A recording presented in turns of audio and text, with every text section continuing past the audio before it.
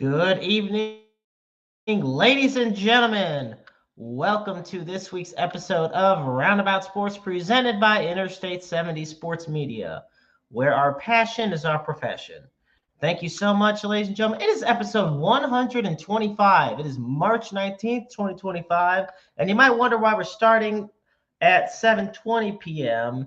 Well, I've been spending a lot of time trying to get my car figured out because it is such a bad windstorm outside in the St. Louis area that it's deciding to try to mess with my car. So I had to get a couple things taken care of. But nevertheless, folks, thank you all so much for tuning in. Now, you can find Roundabout Sports on Spotify, iTunes, iHeartRadio, Amazon Music, Pocket Casts, and anywhere else you stream your shows. Be sure to follow Interstate 70 Sports Media on Facebook, X, and on our YouTube channel. Roundabout Sports is also on Facebook.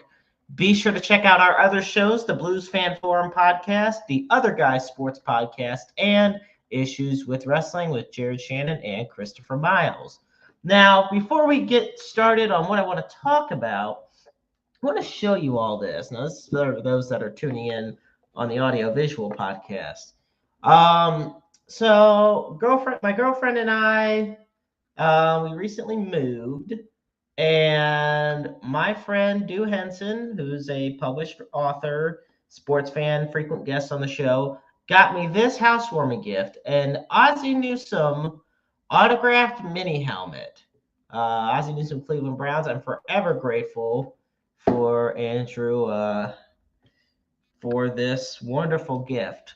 And once I get the backdrop at our new place set up a little better back here, I'm going to have this right back there. So, because we were at the other location, I always had my Cleveland Browns helmet in the background as well.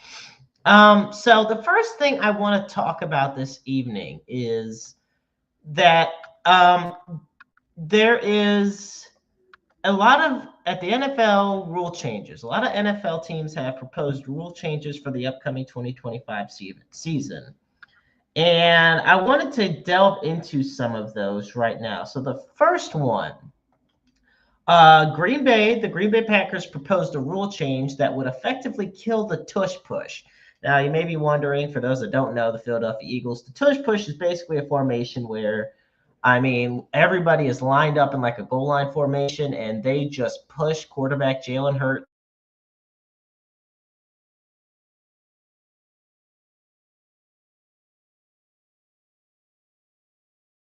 forward, actually unstoppable. If you are the Philadelphia Eagles. Now, of course, that makes a lot of opposing defenses very frustrated and upset. So with that, the Green Bay Packers, one of the teams that Philly beat in the playoffs, is proposing to eliminate that. So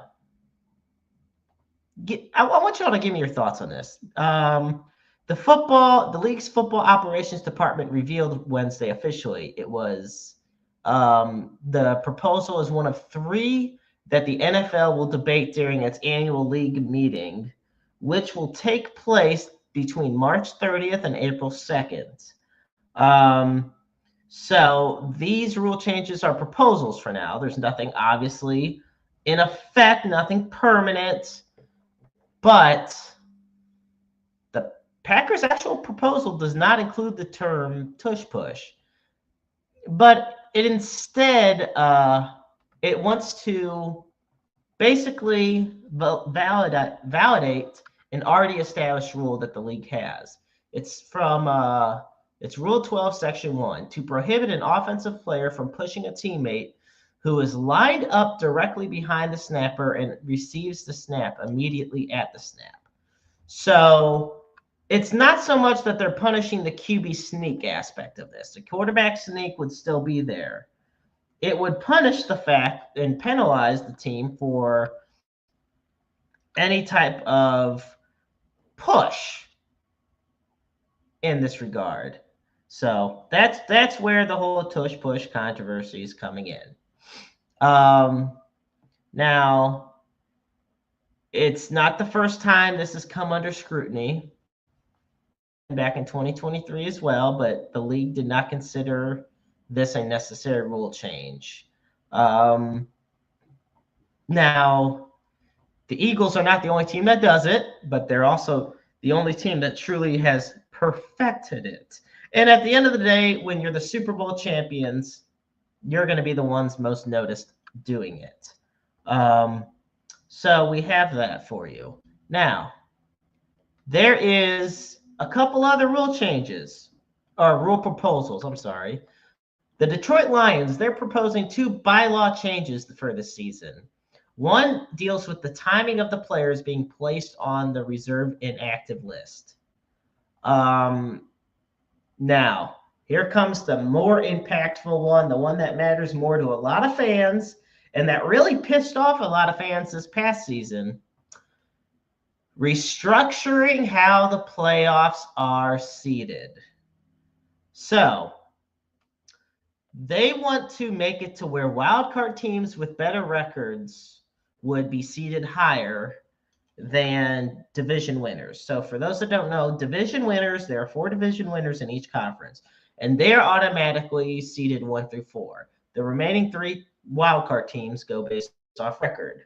Well, now they would restructure it to where basically best record, best seed. So, for example, in the NFC North, this is the prime example. The Lions finished 15-2 last year. Obviously, number 1 seed in the conference. The Vikings finished 14-3. They were a wild card team, though. In fact, the Vikings were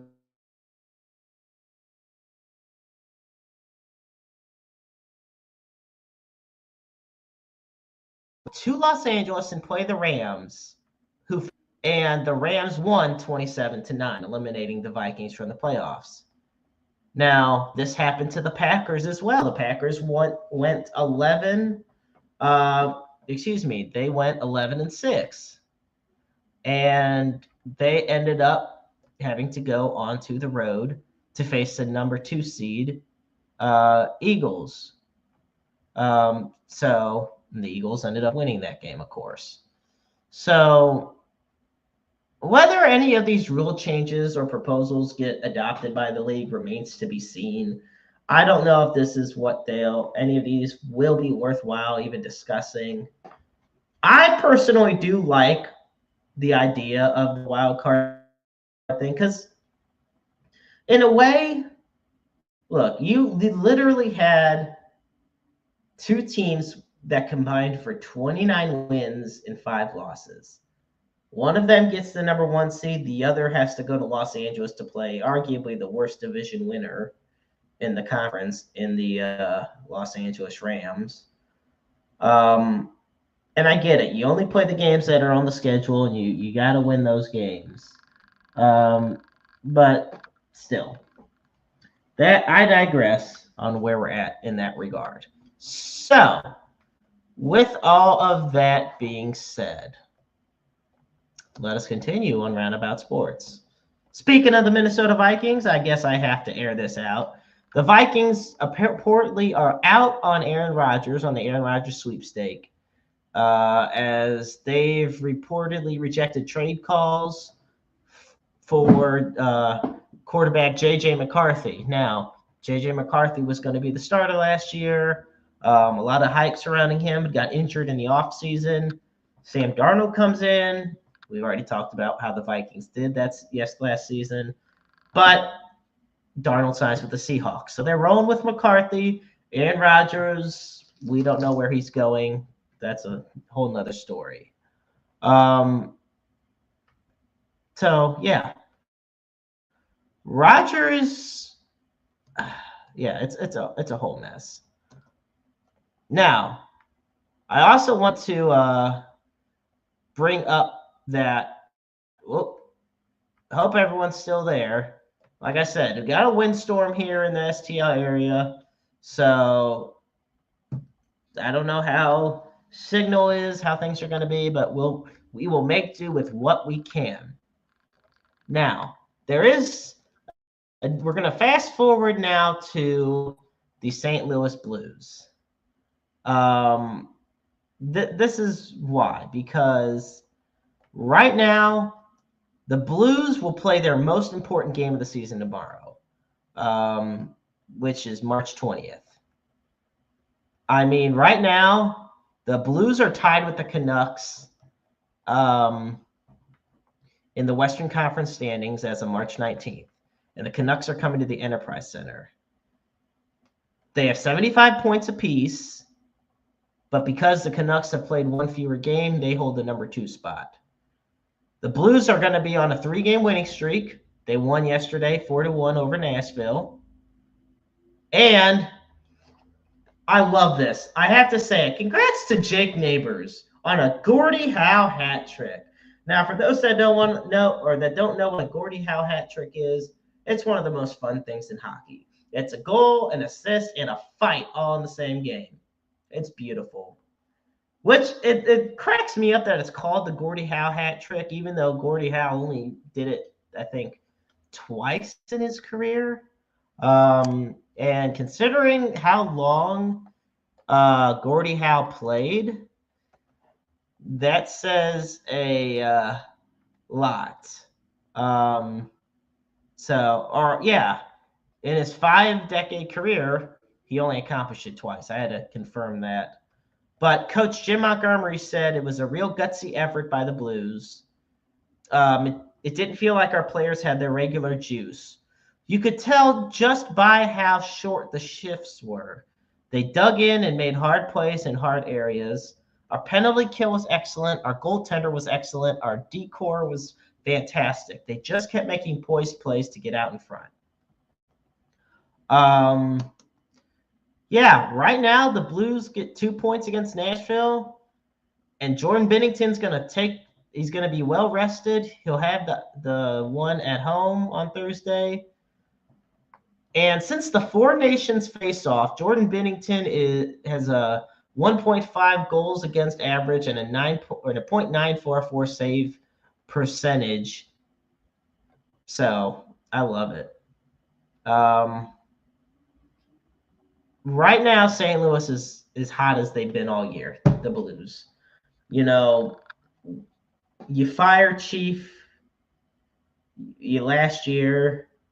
Drew Bannister, it doesn't work out. In comes Monty, who had just gotten let go by the Bruins. And the team has been on an absolute tear, and you love to see it. There's almost some reminiscence of the 2019 run. So I'm excited. And quite frankly, folks, like as of now, they are teetering on the verge of this wild card spot. The Predators entered Tuesday averaging just 2.5 goals per game, which ranked in the bottom of the league, and they were shut out 10 times. So that didn't help Nashville's case. But right now, all eyes are on Thursday night.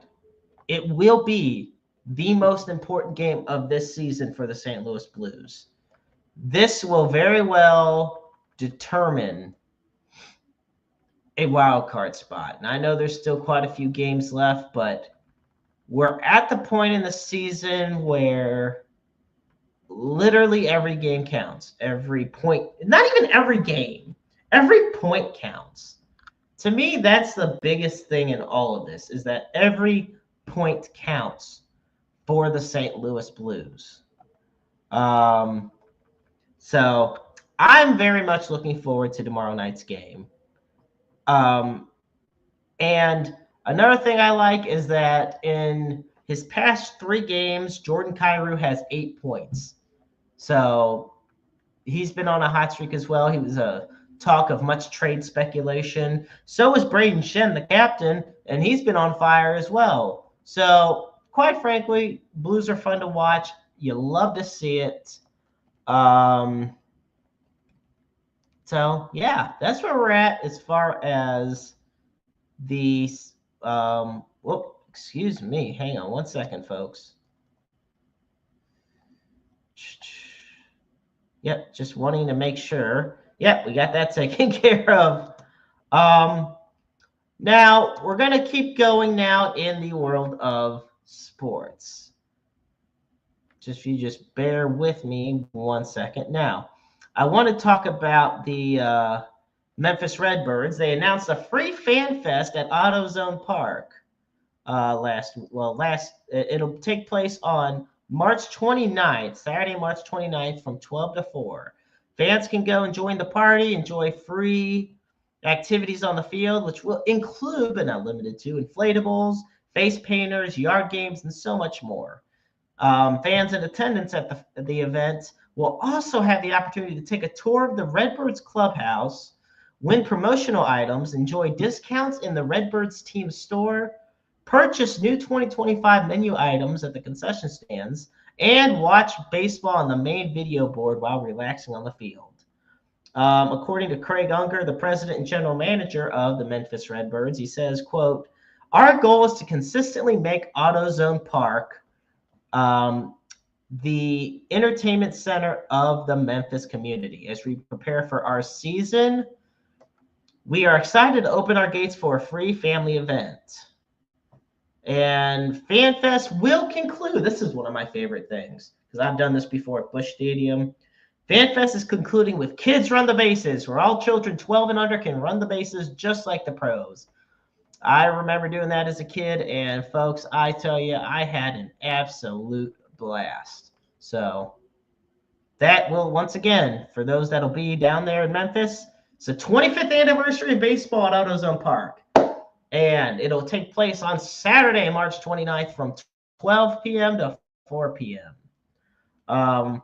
Redbirds will open up their home schedule on April 1st at 6:45 against the Buffalo Bisons, marking the Bison's first ever appearance at AutoZone Park. If you're interested in getting tickets, all you have to do is go to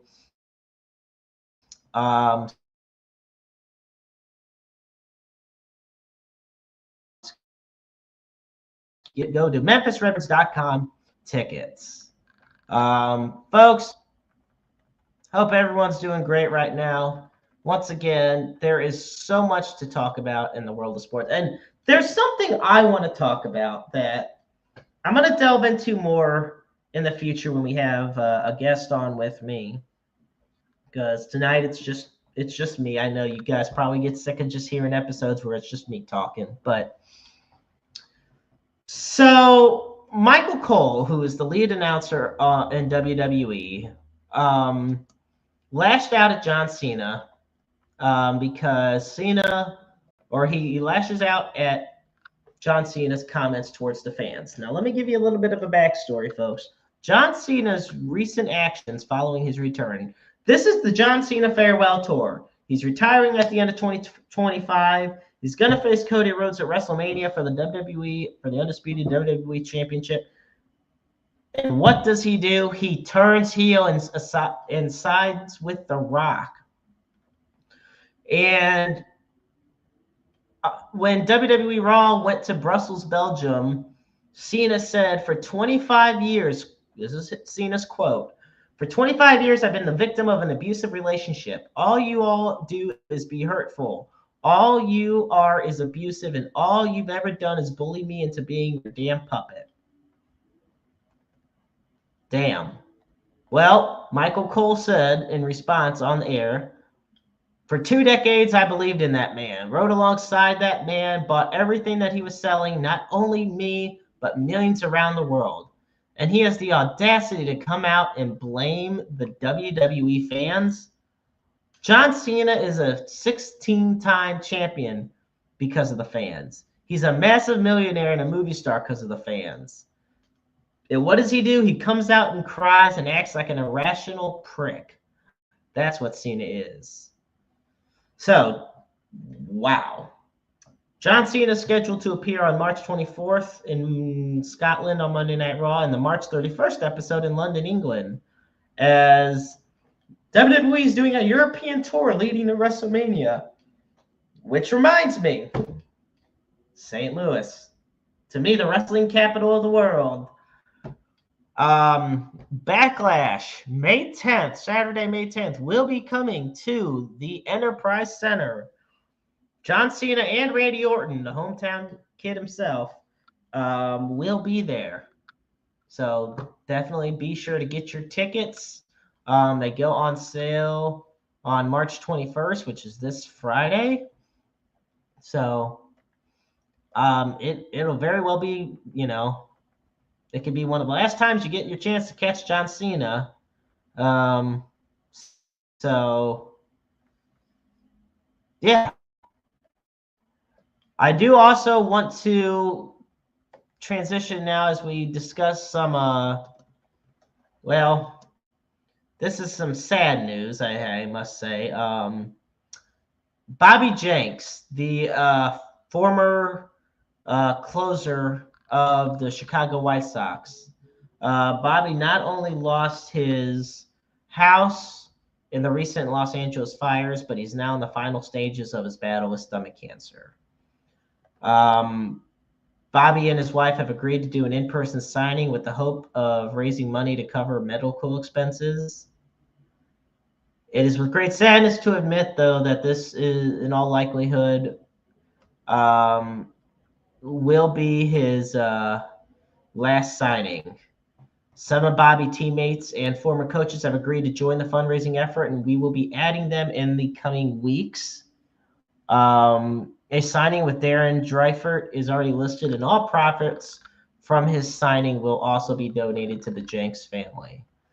So I want to express my heartfelt thoughts and prayers out to Bobby Jenks and his family through all of this. And this is something that was just recently diagnosed, or I should say recently revealed by Bobby himself. And it's a lot. And I think it does strike home to me because my dad is a stomach cancer survivor. And that whole ordeal was a lot on all of us. And I'm still grateful to have my dad to this day. So it is sad to hear what's going on with Bobby Jenks. For those that don't know, he pitched for the White Sox from 2005 to 2010. He was a two-time All-Star and won the World Series in 2005 with the White Sox. He actually had 173 saves in his career with a 3.53 ERA. Jenks just turned 44 years old on March 14th. So just wanted to send that out there and express my heartfelt thoughts with Bobby and his family. We'll be right back, ladies and gentlemen. Roundabout Sports, presented by Interstate 70 Sports Media. We'll be right back.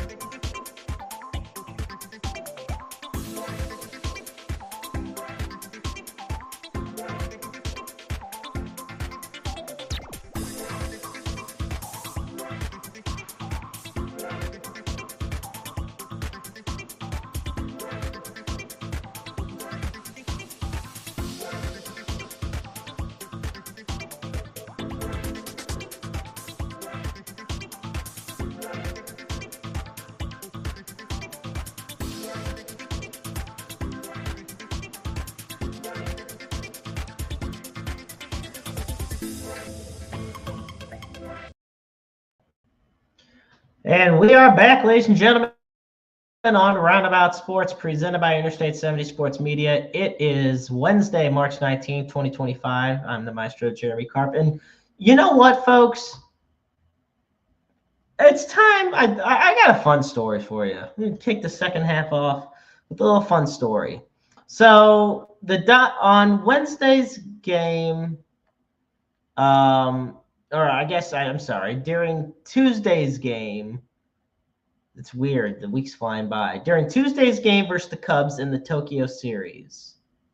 Actually, I'm wrong. It is Wednesday. Time zone differential, folks. Okay. Dodgers third baseman Max Muncy went towards the stands for a foul ball during Wednesday's game versus the Cubs in the Tokyo series to open up the MLB season.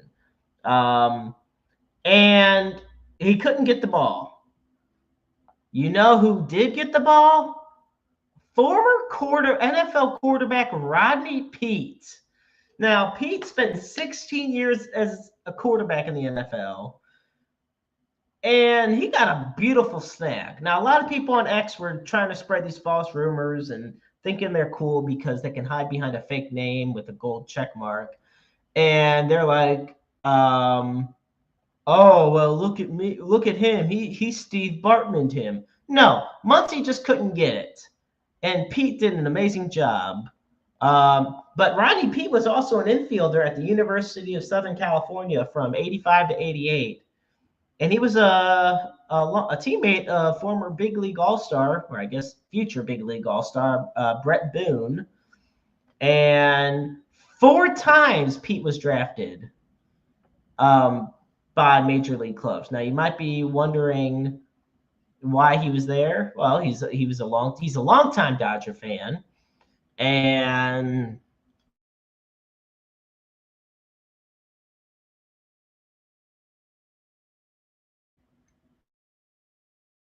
there's something. Excuse me.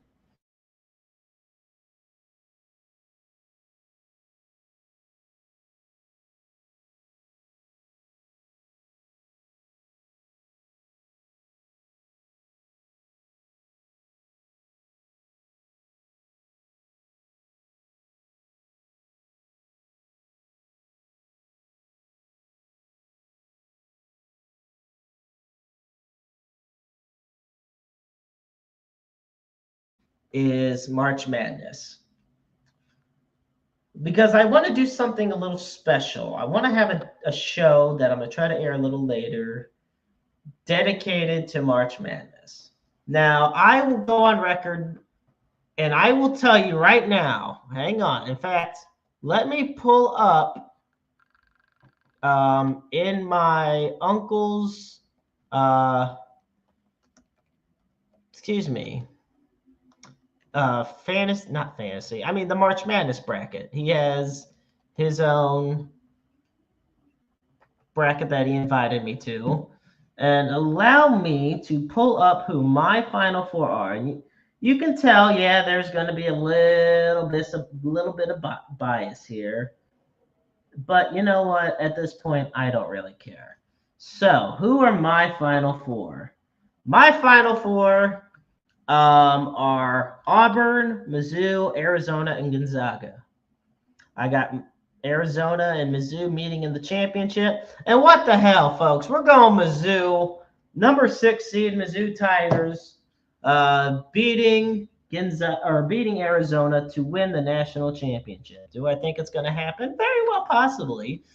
But look, I'm going to make something clear, folks. For years, I have spent countless brackets picking Duke or Kentucky to win. And every year, those teams let me down. So I finally said, screw it.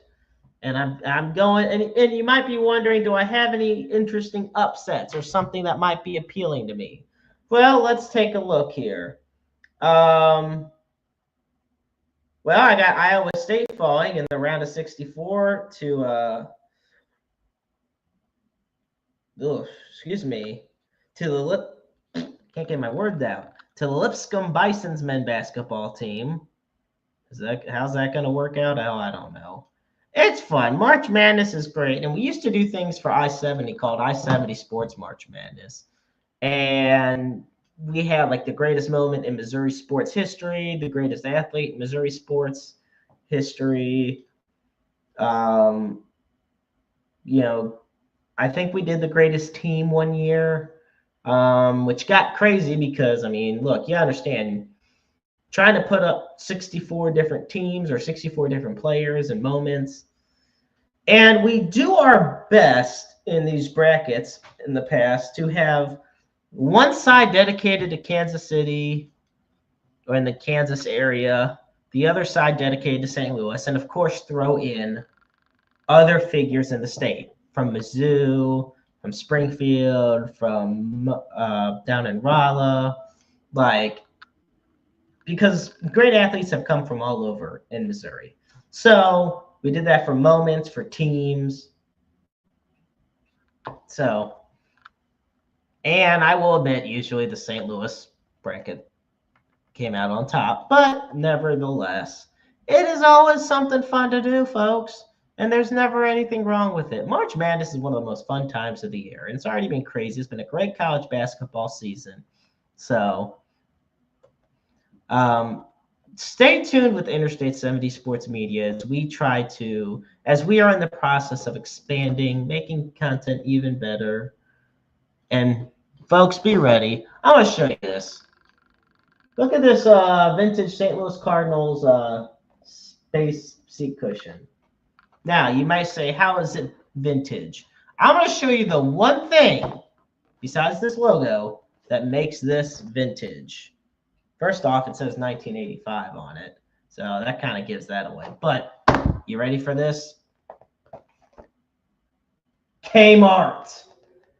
Now, you know when Kmart is on this is officially vintage. Damn, I feel old. But nevertheless, that is cool. This is where the ADHD kicks in. Like I said, we got a crazy windstorm going on outside. But folks, speaking of storms, I want to also express my thoughts, my prayers, my best wishes to all those who have suffered damage, who've lost their homes, who might have sadly lost family members and friends due to the big tornado outbreak over the past week. I'm thankful that my family's okay. I know people who've suffered a lot of damage, especially in East Missouri. And so, definitely just thinking about everybody in this tough time. I remember seeing firsthand the damage from the Joplin tornado back in 2011, and it was surreal to me. So, yeah, just want to express my deepest thoughts with everyone at this time. With all that said, folks, I want to thank all of you for tuning in to Roundabout Sports. Like I said, this is episode 125. It's kind of crazy we've gotten to this point, but it's fun for me. It's fun doing this, talking about some of the latest stories, having athletes on, broadcasters, people behind the scenes, producers, photographers. So I want to end tonight's show by bringing out one last story. And bear with me. Hang on. So, pardon me. So, Lindenwood football releases their 2025 schedule. Now, the Lindenwood football schedule features 12 games, including 7 road games and 5 home games. They will open the season on Thursday, August 28th. In a return trip to St. Paul, Minnesota, taking on the Tommies of St. Thomas. Last year, they defeated St. Thomas 64-0 here in St. Charles. So that's where the opening game will come from. Hang on one second. I'm going to make this a little bit easier for all of us so we can get it taken care of. Okay. So here we go.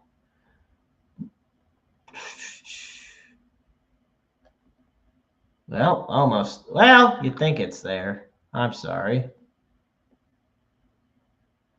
There it is. The official 20. I had to make sure it was there. They're actually going to. There it is. Yeah. Then they're going to Appalachian State, August 28th, Thursday. Appalachian State University on Saturday, September 6th. September 13th, they are going to Charleston Southern. They host Stony Brook University on the 20th. Then Miami University, Ohio, in Ohio. Then UT Martin, then Tennessee Tech, Gardner-Webb University, all home games. Then they go to Tennessee State and Western Illinois University road games. They face Eastern Illinois, and then this will be a fun one, the OBC Big South rivalry matchup. They head down to Cape Girardeau to take on the Southeast Missouri State Redhawks. Ooh, I'm looking forward to that one, folks. Going down to Cape and watching some football is always a fun time. Excuse me. So, with all of that said, then we're going to wrap it up this evening here on Roundabout Sports.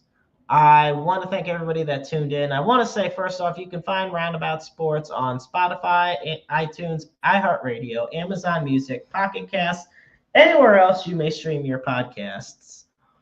Be sure to follow us on Interstate 70 Sports Media's YouTube channel, on Facebook, and on X.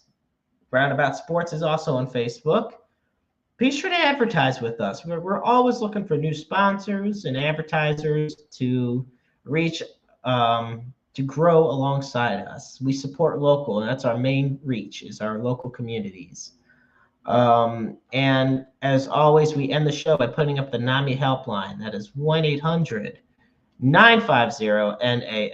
1-800-950-NAMI. The National Alliance on Mental Illness is the nation's largest grassroots mental health organization dedicated to building better lives for those who struggle with mental health issues and as well as their families. And of course, we put up, as always, the Suicide and Crisis Lifeline. For that, you dial 936 on leap years. There's somebody out there who loves you, who cares about you, who wants nothing but the best for you. Your feelings are valid. Your struggles, your triumphs, your trials, your tribulations, they're all valid. You matter. Never let anybody try to convince you otherwise.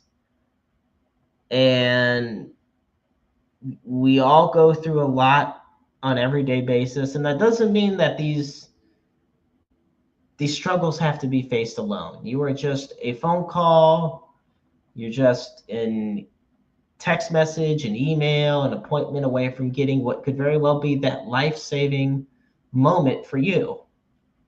And you could also be the listening ears and watchful eyes for somebody else out there who's in need of the same type of care and love.